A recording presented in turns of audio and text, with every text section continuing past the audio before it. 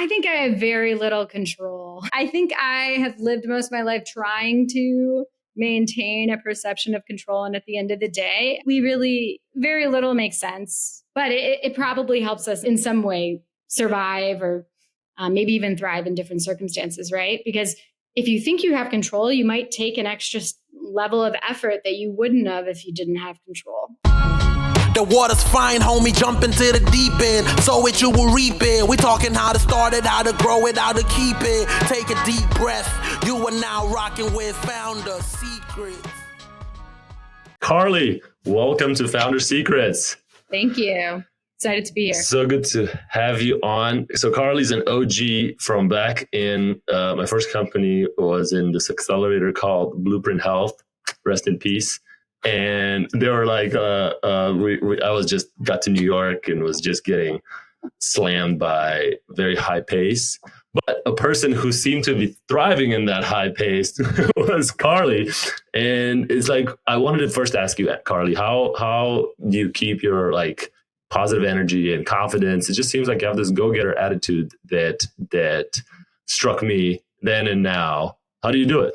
Oh man, I super appreciate that. And Flavia, always great to see you. Taylor, great to meet you. Just reflecting on a few things. You guys asked how I was doing at the start of this conversation, even before we start this podcast. And I said, I'm having a tough month. So maybe starting out on the theme that I'm going to touch on, I try to be pretty authentic about where I'm at and what's happening. A few weeks ago, I had one of my best friends pass away from cancer that came on very quickly. And then ultimately an infection that was quite unexpected. And it's been really hard to see my friend pass.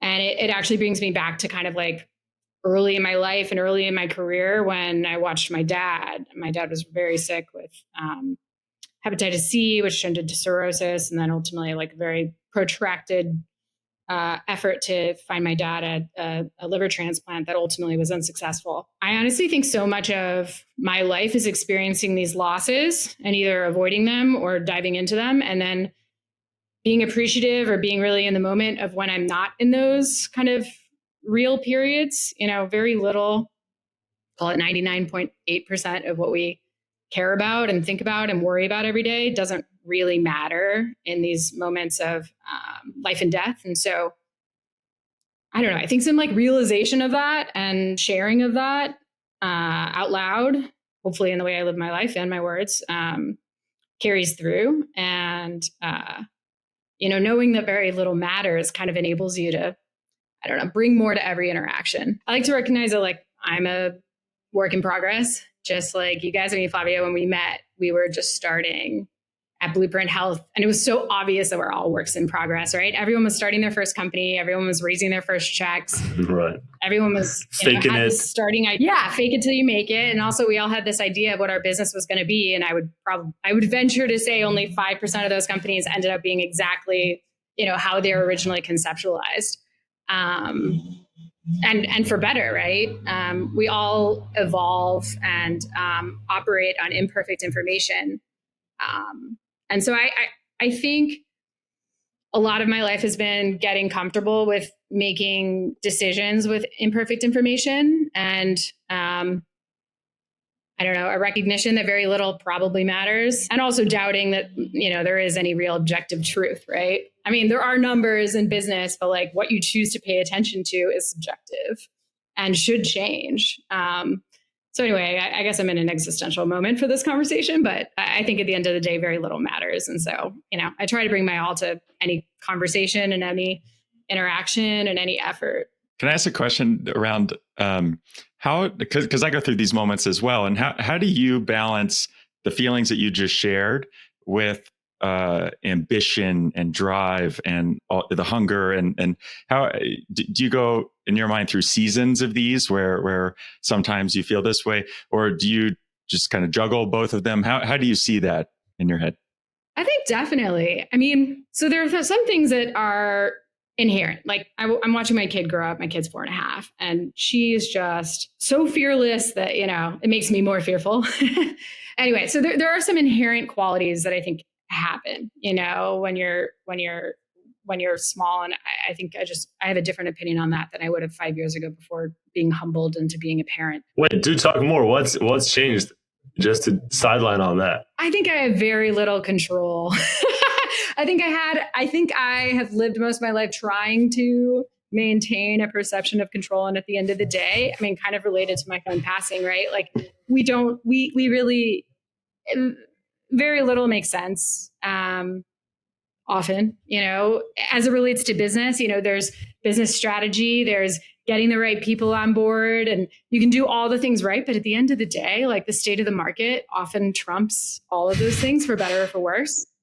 So I think like throughout life, I'm kind of shedding this idea of like having control over, my circumstance. And so much of my identity was about having control. I think if you ask a room full of entrepreneurs or CEOs, I don't know if this is true, but I would assume that there is a higher than average feeling of having control by this group of humans, which I don't think is necessarily accurate.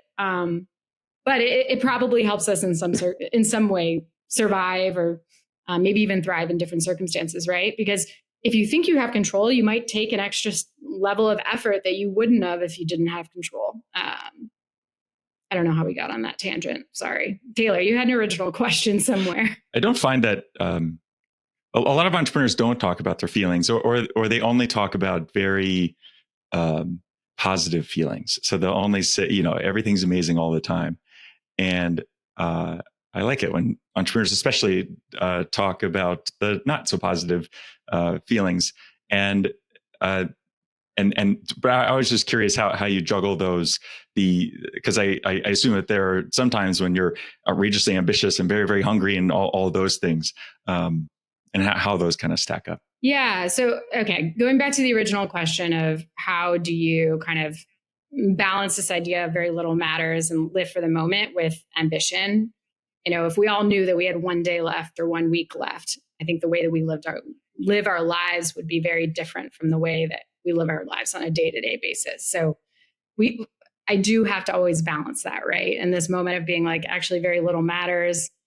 But if I did live my day like it was, like it was my last every day, I'd probably be broke, and wouldn't get much, definitely not as much accomplished. So there is definitely some balance that's required. And I think, there are small exercises, especially in Stoic philosophy, that I think are helpful to that end. With regard to your second question of, really balancing the tough days and living in that, I'm surrounded by people who are entrepreneurs. And so I have, I think, a very humbling reminder that most of it's hard, especially in the beginning. I mean, I kind of have identified what I'm still in the process, but identifying what I'm good at and what I'm working on. And, I feel more confident, and I appreciate working in those high effort scenarios. So going from 0 to 1, or, in a turnaround situation, ones where not necessarily do or die, but, it is very clear that something needs to be fixed, or a new direction has to be taken, or something needs to be proven in order for this entity to survive or thrive. And so when you're surrounded by entrepreneurs, and like my husband, Tom, is very much an entrepreneur, I mean, the reality of the hard things, or the hard things about hard things, right, is just in your face all the time. And it kind of becomes more normalized. It becomes you're more aware that you are the chess player and not the game. And I think that's really important. Is there's a lot of variables that are part and parcel with the game, and you have to play with all those variables: and money, investors, markets, employees, and you have limited resources, and all you can do is your very best. But at the end of the day, you are not the game. You are a player of the game. And I think, like, I'm telling you as much as I'm telling myself constantly of that, because it's very easy to make your identity what you're working on, which I think in some ways contributes to your success. But you reach a certain point where you realize that the next level is in some ways maintaining that level of performance, and also awareness of the difference in identity between what you're doing and who you are. Yeah. And so how do you like choose then what to work on? It seems like, and I've been a victim of this in kind of analysis paralysis in choosing what to work on, whether it's what company to work on, but then also within the company, what thing to focus on. Because I agree with you, you can go through these swings of mood and focus, but how do you transition from kind of the negative to the positive and choose a thing to focus on?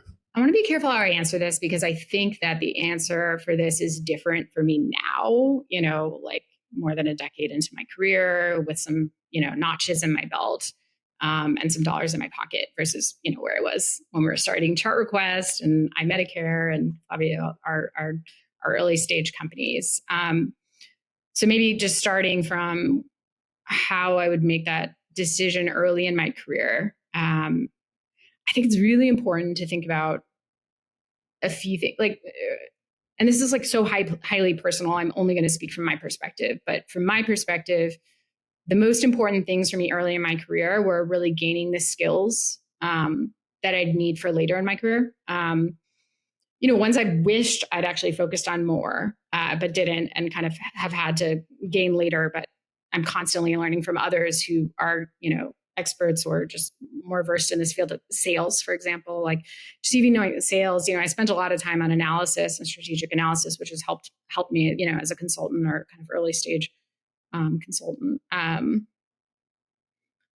And so anyway, gaining those skills, for me personally, it's always been really important to work on a problem that I really care about, like something that I need solved, because part and parcel, especially early in your career, is doing some stuff that isn't fun necessarily. Like it's hard and you kind of got to get through it. And so having the motivation that what you're working on matters or you care about the outcome is, for me personally, very, very important. And then I would say the third is working with people that you're excited to learn from, that you are excited to be on a team with, that motivate you. I think those three things were the most important. And now that I say them out loud, I still think they're the most important. Maybe less the skills acquisition and more the people becomes even more important, right? And it's so nice because later in your career, you've been working with people, you kind of, you get to work with the same people that are just like incredible to work with and you can continue to learn from and kind of symbiotically grow with. And then working on the problem, that matters a lot. And then the other thing is just timing, right? Like I think I could take less risk in the beginning of my career because I had less resource as cushion.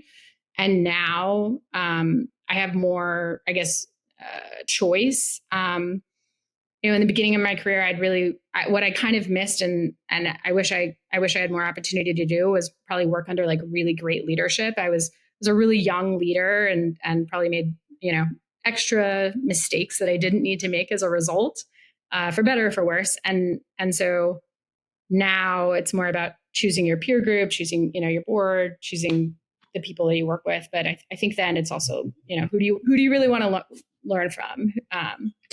It's really demotivating to work with people that you don't look up to and you don't want to be, for me, it's like, that's so true. I can't do it for Disagree. You mentioned there's like right now it's easier to take more risk because of the experience and the security. I would disagree with that. I'm curious what you guys think. And that in some ways it was easier for me to take risks at the beginning because there was nothing to lose.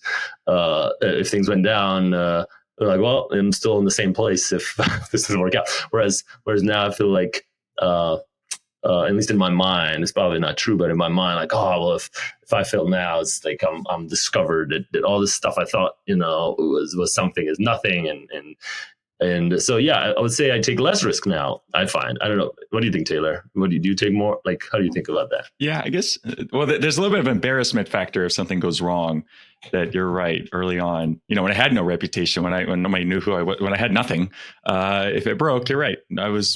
It was broke to begin with. So it didn't really matter. Yeah. How do you see that, Carly?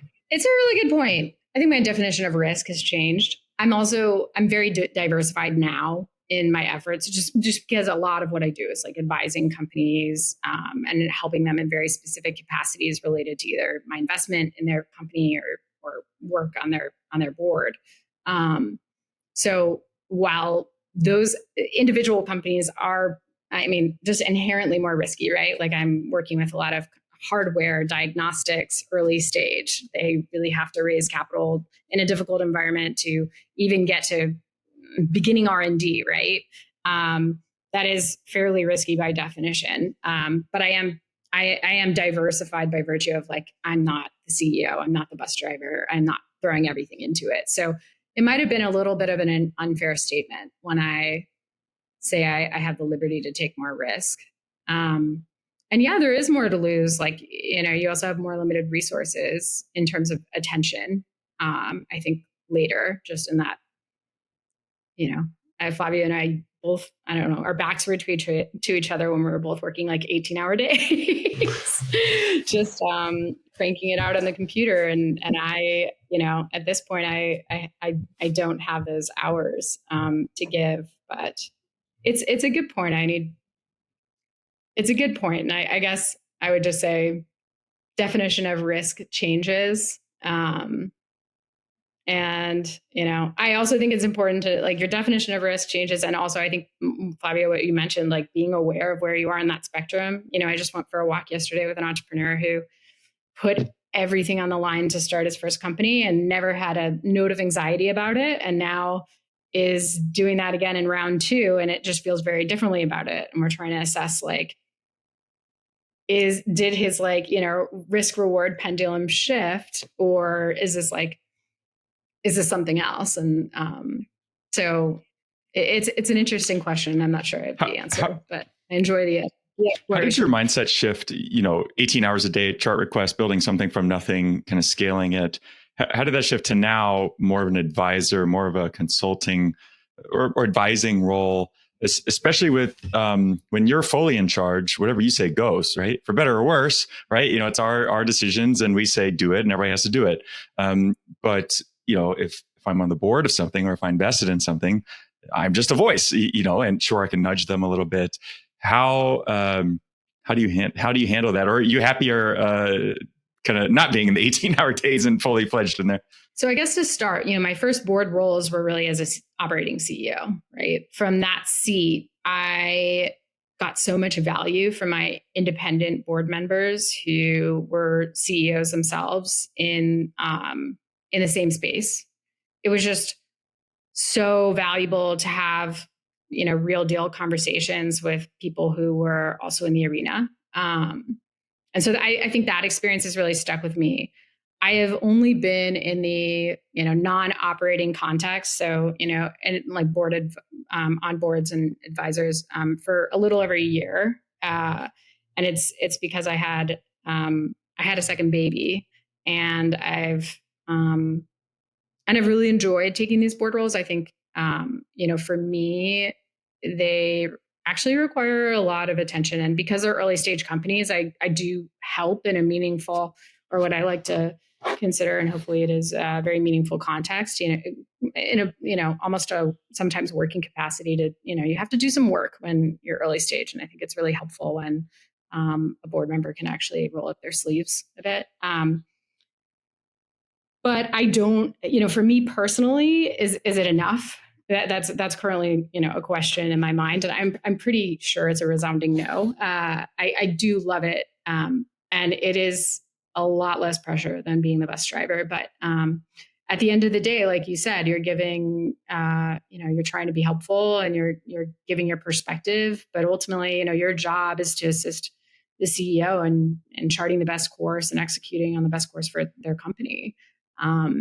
And for me, there's, I miss being an operator. I love being an operator. It's part of, it's just something I love to do. So I'm very appreciative of this time. And I'm really looking forward to getting back in the bus driver seat. All right, I think we need to talk a little bit about chart request. I guess how did that come about? How did you start? Yeah, maybe walk us through the early days of how you got chart request, how you got involved, and how that story went.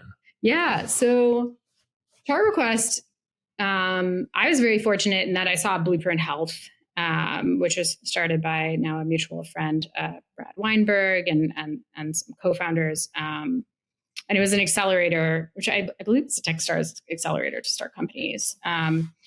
And I knew that I wanted to work in digital health. I had met an entrepreneur who had previously started a very successful medical records startup or company. So kind of just a little background on the industry, like release of information as a space is a pretty old school industry. It's generally looks like humans going into medical records offices, grabbing physical charts and printing. And that's what it looked like, 10 years ago. And it's somewhat different in that now more medical records obviously are electronically stored, but the same kind of that workflow hasn't changed much. And so he had started this company, which at the time was called, I think, 5 O'Clock Records. And with that idea of like kind of, making a new way to do that. And I joined him kind of helping out in the beginning, becoming, the head operator, and then ultimately became the CEO. We raised funds for that. We started building out the company, got a few marquee customers, so hospitals that were in New Jersey and New York. And I think like really just started, the beginning of an operations business, got to a few $100,000 in revenues and achieved some product market fit. I mentioned to you, Flavio, I think it's a relevant company to speak about because as we think about, entrepreneurs going from 0 to 1 and thinking about their investment strategy or what kind of capital they take in for their businesses, that was a very early lesson for me, I think, in terms of what's the smartest way to grow your company and what do you learn? And maybe I'm jumping forward a bit, but I think in that company, we really learned that, a lot of lessons. You want me to? I'll go into kind of the lessons I learned from that company. So a lot of the idea behind Chart Request was really creating a technology from what is traditionally a very much a services business. And you kind of see this reflected in much of healthcare and digital health in general is like, there's this book of work. We all know that it's really manual and it's really inefficiently done. And how do we, make it something that can be scalable or be digitally influenced in a meaningful way? And medical records was just like a clear pain point and a place to do it. And I think so we built 5 O'Clock Records on that original idea. I took over, we changed the name into Chart Request. And I think it became very clear that what we were building was a technology and traditionally a services business. And people, our customers, didn't really want a technology solution. They just wanted to get rid of the work. And it's kind of funny because I heard it over and over, but I didn't really hear it until I was sitting in the audience listening to Jonathan Bush, who was the CEO of Athena Health at the time. And he said something like, people don't want another solution. They just want you to get rid of their problems. And that really struck me. And so it became very clear that kind of building the services into that business and going from like a pure SaaS company would be the smart go forward for that. I think just a lot of lessons in terms of how do we build a product.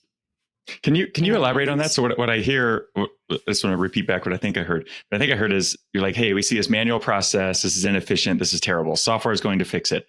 And then that was the idea. And then the customer, end users, end up saying, yeah, well, we don't really want tech to do this. We want more of a service layer. They want it done for them. Can you just kind of elaborate on was it adding more service on top of the tech that was the big kind of win? Is that what happened? I think just to make it succinct, we don't want a tool to make it slightly better or better. We just want you to take care of it.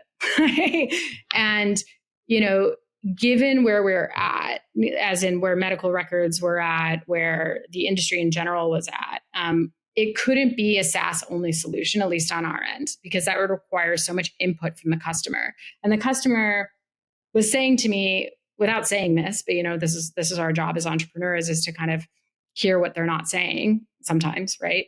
And what they were saying is just take this shit. Like, I don't want to deal with this. Just take it.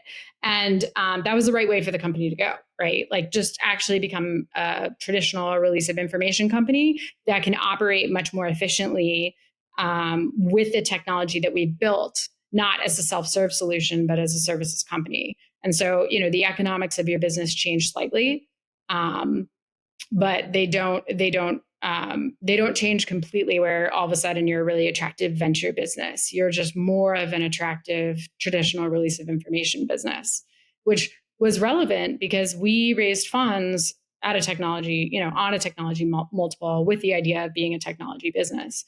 And really it was a good, solid business that should grow, you know, sustainably, and not at the rate that, you know, venture would have expected. So anyway, long-winded way to say lots of lessons learned in terms of, you know, listening to customers, building product market fit, and ultimately like finding a sustainable, the best business model for what that product is. And also, I guess for me early in my career, a little bit of a word of caution of like, until you know what the business is, you know, it might make sense to raise venture later. So for example, had I been in the position where I could have raised just a few $100,000 or even like $100,000, at the time, it was much more expensive to build digital health products than it is today, right? Like, we had nothing back then. So to build a HIPAA compliant, you know, back-end solution that could securely store medical records and communicate with patients was much harder than today. You know, the tools that we have at our disposal, thanks to AI and thanks to just kind of the natural maturation of the industry. Sorry, Rob, real quick, can you talk a little bit? I think it's highly unusual to go into a startup and then rise up through the ranks so quickly and take over CEO and just like, become the company. How did you do that? Like, how did you do that? I don't think I did anything besides doing what the business needed. You know, like, at the time, you know, I think what probably happened also as a CEO recognized that the idea of building that technology as the be all end all solution was going to be very difficult. Kind of what you have to do as an entrepreneur, which is like doing whatever the company needs to be done and being willing to put in the hours to get it done. And, you know, whether it's changing the product, you know, selling the customer, informing the board and your constituents. It's just kind of one foot after the other, and working to do what you have to do to kind of survive and make the business like grow. I think I was doing that. And a lot of people try to do that. Like, even the Blueprint, right? They had all these folks come in, or you know, first employees, and even co-founders that were added on through the life cycle of the company that didn't work out for whatever reason, or they left. They just weren't willing to do the stuff. Or I don't know. You find, I think entrepreneurs talk about how employees don't think the same way, right? They don't have that ownership mentality. But somehow you had more of an ownership mentality than the founders themselves. You like really took it on. It's like, this is my baby. I can't do anything but, you know, to the point where normally it gets me in trouble, honestly. Like I said, I think me talking about becoming the player and not the chessboard, like, I'm still talking to myself rather than really embodying it. But, you know, like, it's just, and also combined with that idea of control, right? If you think you can control the outcome, right. If you think that incremental piece of effort is really going to result in that company, product, whatever, like sale becoming successful, like, you're going to put it out there. So yeah, I do think there's some like innate ferociousness that exists sometimes, but I don't know, later in my career, what you realize, like, what gets you there here won't get you there. You know, there is a limit to that kind of mentality and effort. But for me, I just can't help it. Anyway, and I really wanted to, you know, ChartRequest, I really wanted to see it be successful. And we did build a really good product. It made a lot of sense.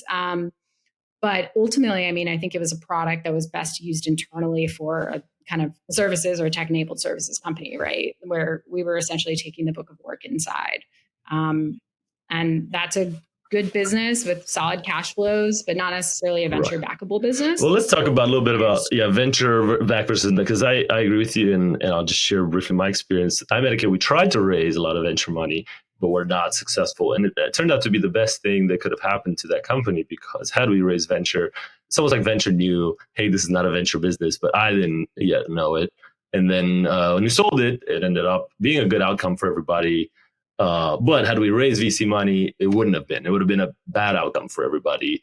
And and it wasn't even my choice, right? It really happened despite all of my efforts, not because of my efforts. So I'm curious, especially now with the market dynamics being what they are today, I'm curious how you advise, how you think through founders and when and if to take and what kind of outside money. Yeah. And I appreciate that question. And like my answer to it is so informed by this chart request experience. A few things, like one, every company is so different. And so like, I can't give blanket thoughts or blanket advice. For example, those hardware companies that I'm talking about that need to raise for R&D and like have founders that have families that they need to support, like they don't have the luxury of saying, I'm not really going to fundraise, so everything needs to be taken with a grain of salt. But at the beginning, when you're fundraising for a concept that you don't necessarily, call it pre-seed or seed, when you don't really know what the business is going to be, I think taking as little capital as possible and ultimately hitting kind of like proof of concept metrics is so helpful and important, because once you get yourself on a venture path, and I'm speaking like, I'm an angel investor in 20 plus companies, almost all of them are venture-backed companies. You're on this path that, you control, but really is kind of set by the investors and set by evaluation that you've set, or that's kind of been set in stone and very difficult to go back from. Like now that I'm later in my career, I've kind of observed more companies going through recaps, which is almost always a really painful process that is better to avoid if you can. Had I had more experience early in my career, I might have been able to better articulate to our investor base that we were a different type of company, and it would make sense to reset expectations and potentially consider a recap. At the time, I was, in my early. Can you explain what a recap is to the audience? Maybe not everyone knows what it is. Yeah. So a recap is, when you say, I mean, it's probably good to add the technical definition, so maybe one of you guys can look it up, but I can kind of explain from my perspective. It's when you look at a business and you kind of really think about, okay, this business has, let's use modern examples of like what we're calling these kind of zombie unicorns, right? Which are businesses that have raised at continuing growing multiples and are now worth, call it $2 billion from their last fundraise. Maybe they have 400 million in preference, right? And so they're kind of maybe a little bit of a zombie because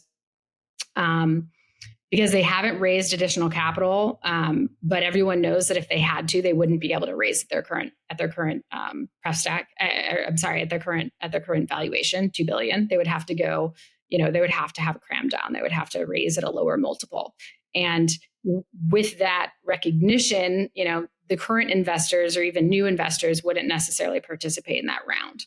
So at that point, investors and the entrepreneurs have to get around the table and really look reality in the face and say, what makes sense in this new world for this business? At what level, what's the current valuation? Who's going to participate at this point? How do we, give enough of value to the people who are now willing to contribute to make it worthwhile for them? So for example, sometimes what can happen is all the previous preference becomes common, right? And then the new investors who are willing to put in the capital, they get the new pref stack and call it the new valuation is at 500 million instead of 2 billion. So that's what that can look like. And it requires, as a CEO, it requires, it's just a very difficult process that, often you don't go through, you don't witness that until later in your career. And like with chart requests, for example, I feel like if I'd seen that, I would have just had more tools to kind of approach that conversation. but yeah, anyway, it's a painful process. And if you don't have to do it, there's a lot of things that you can and should consider to do before that. So one of them is, if you don't know if you're going to be a venture company, like if you're not going to grow at ridiculously, very high growth rates, like don't raise venture. If you are unsure of what the market environment is going to be or what your, immediate growth path is going to be, probably don't want to raise at a much higher multiple than your previous round, just because you're kind of setting yourself up for, a sustained growth rate, which you're not necessarily very confident of. So anyway, there's lots of steps you should take along the way to kind of avoid being in that situation. And also, when you get there, I think in terms of founder secrets, I do wish that we had more conversations among founders on like how they approach these recaps. Like, investors, certain types of investors, especially private equity or companies that kind of come in these situations, they have a lot of experience doing it. But most founders, don't hopefully have to do it too many times in their career. But I think if you know how to navigate it, it can be less painful.